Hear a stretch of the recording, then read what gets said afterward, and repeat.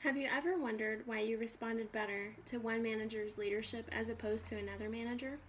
The reason for this could be because of leadership styles. My name is Emily Reed, and today I will discuss different leadership styles and their effect on employee productivity. When looking at different leadership styles, I noticed that many people don't agree on which ones actually exist. So today I will be using two different sources. The first source I chose is Daniel Goleman, and from him I will be using coaching, visionary, pace setting, and democratic types. Daniel Goleman is a psychologist as well as an author.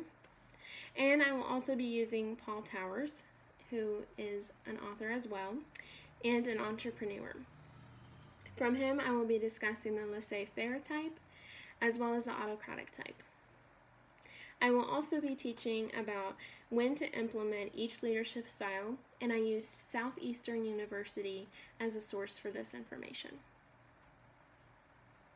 Pauline Lee, Nicole Gillespie, Leon Mann, and Alexander Waring, all of whom are authors who work at universities in Australia, wrote in their journal, Leadership and Trust, their effect on knowledge sharing and team performance. Quote, team leaders who facilitate knowledge sharing and engender trust contribute to team effectiveness.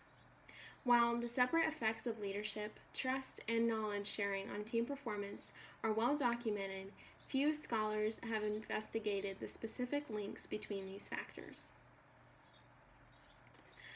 The first leadership style I will be discussing today is the visionary type. This manager looks to the future, encourages innovation, learning, creativity, and building relationships, and helps employees to see the goal and stay focused on it. Some of the pros are that it helps others to feel included and important, and it helps employees to see the role that they play. A con can be that the manager can be too focused on the vision and not how to achieve the goals that they have set. This should be used when employees are losing morale or becoming unfocused. Next is the coaching type. This manager maximizes workers' effectiveness because they are working as a coach or a teacher as opposed to a traditional boss. Some of the pros of this leadership style are that they focus on strengths and weaknesses of the employees and how to improve them, and it leads to individualized improvements and encouragements. This leadership style should be avoided when employees refuse to learn or the leader lacks the expertise in the areas that they are trying to coach in. Next is the autocratic type.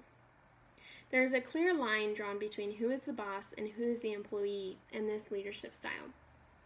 A pro is that it makes it easy for the employee to know what their job is, but some of the cons are that it creates a sense of mistrust between managers and employees and makes staff feel as if they're easy to replace and not important to the company or business. This leadership style should be used when there are boundaries that need to be set or employees are becoming out of control.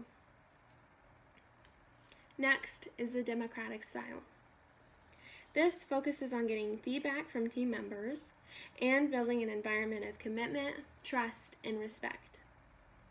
The pros of this style are that the manager is open to input, which makes them approachable, and it motivates team members. This should be used when there's a need for team members to endorse a decision or plan, and it should not be used if time is short or alternative ideas aren't needed, or when team members aren't informed enough to contribute. Next is the pace setting type. This manager sets high expectations that must be met.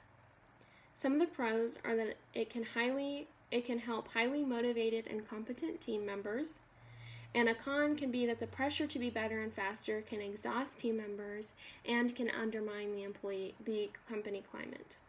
This should be used when employees are experienced and motivated. And next is a laissez-faire type. This leadership style allows for employees to take the lead on day-to-day activities, and there is little supervision. A pro for this is that it allows employees to assign themselves tasks and work at a higher pace or intensity because their passion is what fuels them. but a con can be that it can make employees confused on what they are expected to do. This leadership style should not be used when employees need strong guidance and instruction or when employees are not experienced. Harvard Business Review did a study which said, quote, through an analysis of more than 3,000 mid-level managers, the 3-year study determined that a manager's leadership style accounts for 30% of the company's bottom line profitability. So as you can see from this study, a manager's leadership style is incredibly important to the success of the company that they are working for. To review, I have discussed the impact that leadership styles have on employee productivity. I have discussed each leadership style, which are the visionary, coaching, autocratic, democratic, pace-setting, and laissez-faire types. And I have also discussed how and when or when not to apply each one. Thank you very much.